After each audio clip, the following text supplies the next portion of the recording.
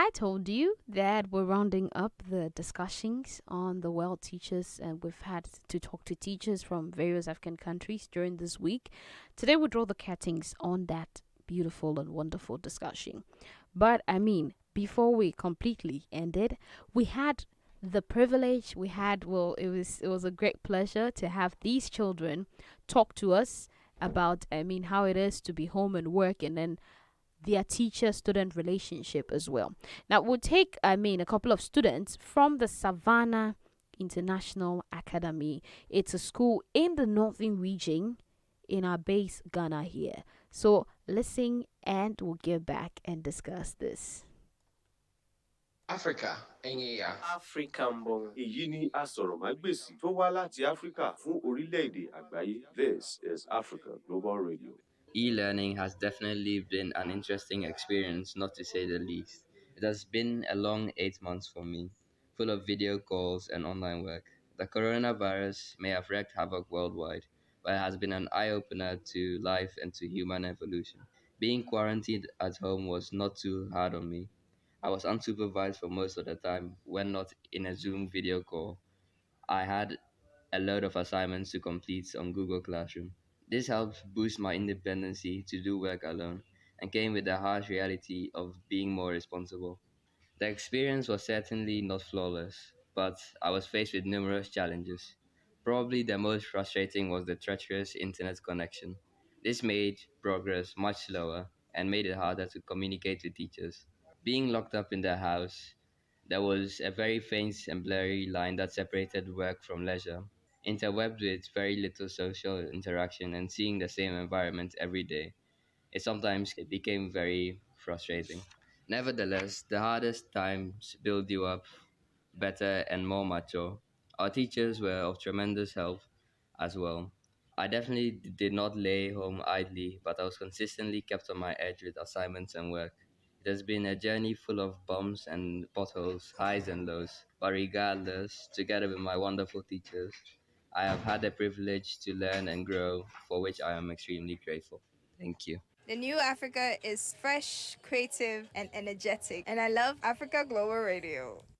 Happy Teachers Day to all teachers around the world, especially the staff of Savannah International Academy. It has been a long and tough journey together, but you, the teachers, have ceaselessly supported us in our studies, even during the corona outbreak. Most students in other schools were forced to stay at home with nothing to do, and as a result, they digressed in their studies and missed a lot of lessons. However, it was not the same for our school. I engaged in doing online classes and meetings via the Zoom meeting app and the Google Classroom. Due to this, I was able to progress in my studies without any problems, which was all thanks to the teachers taking our progression in our studies into consideration. What's more was that I was able to have a taste of how online school works. It was rather quite efficient, as I could attend the class even at the comfort of my home as long as I was connected to the internet. This made the class also very interactive and more informative compared to being in a classroom, since we could also research on the net. For this reason, I would like to thank the teachers of my school for their continuous teachings and support towards me, and I sincerely pray for their lives to be filled with prosperity. I want to wish teachers of Savannah International Academy a happy Teachers' Day and teachers all over the world. I want to thank them for their endless effort to help us learn despite of the COVID-19 pandemic using virtual learning. My journey through the virtual learning program has been quite tough and exciting.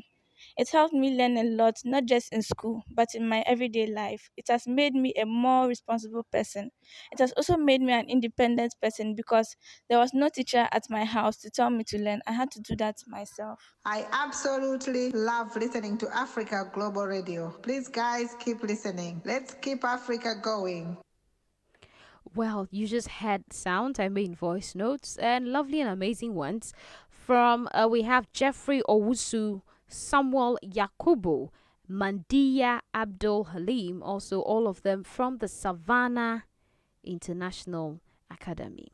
Now we'll take another voice, but the interesting technique about this is we had a student interview her teachers. She interviewed two of her teachers, Mr. Abwaje and Mr. Danso. So let's listen and see how she went about this.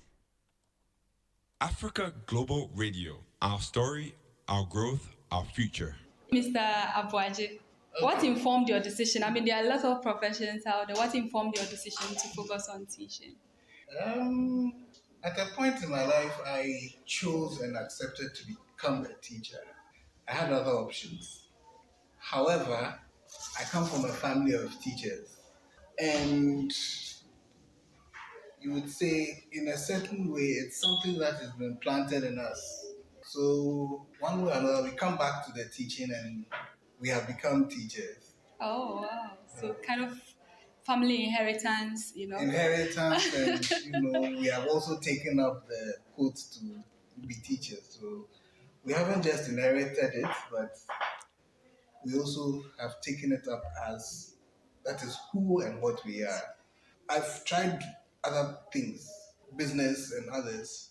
However, my strengths are in the teaching. So can you just share with us a high moment?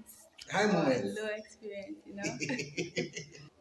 I would say the high moments would have especially to do when you have an impact on somebody's life. And then you get to see the effect of the toil you have put into the person.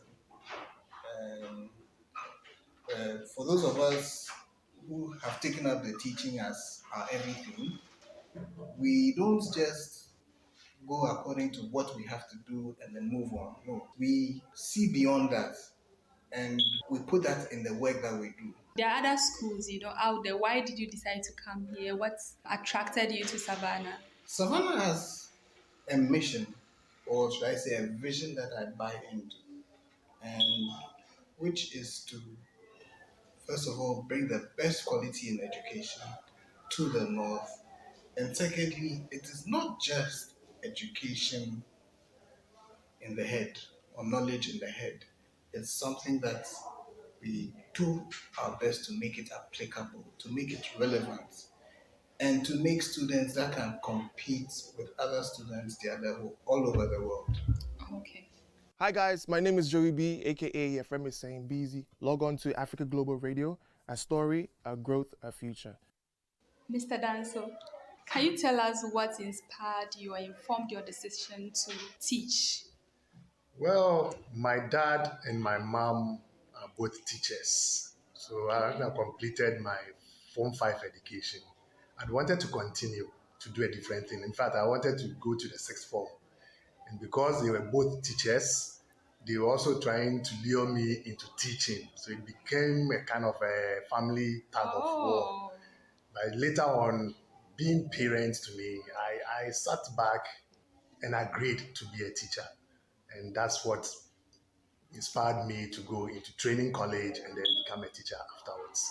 Oh, and I hope you've really had a great experience in the field. I really have enjoyed my time being a teacher. It's been 20 plus years, and when I look back, the students I've taught and where they are now, it gives me satisfaction. So I'm very happy I chose that profession, and I thank my parents very much for leading me on to become a teacher. Share with us one high moment and one low moment during your time of teaching.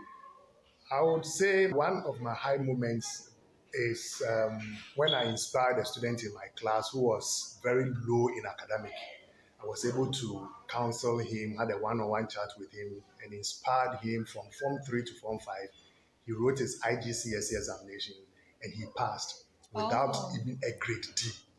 Wonderful. Before then, he was C and lower, but I was able to inspire him to get out of that grade level to an A and a B, and 1 or 2 C's in his final exam. My low points in teaching will be days when we go for sporting activities and we lose most of our matches. Then I become so down. Africa Global Radio. It tells our story, it supports our growth, and it is the future. Well, you just had, you had a wonderful lady, a student of the Savannah International Academy, conduct an interview with her teachers.